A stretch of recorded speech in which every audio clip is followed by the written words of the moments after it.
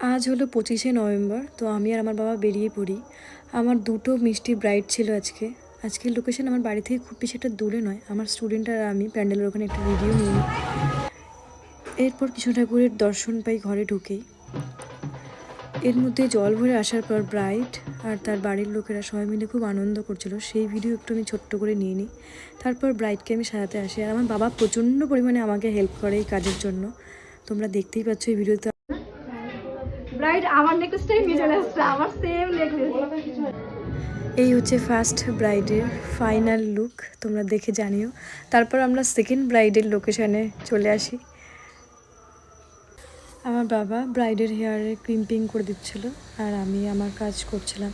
তো আমার বাবা আমাকে প্রচণ্ড পরিমাণে হেল্প করে।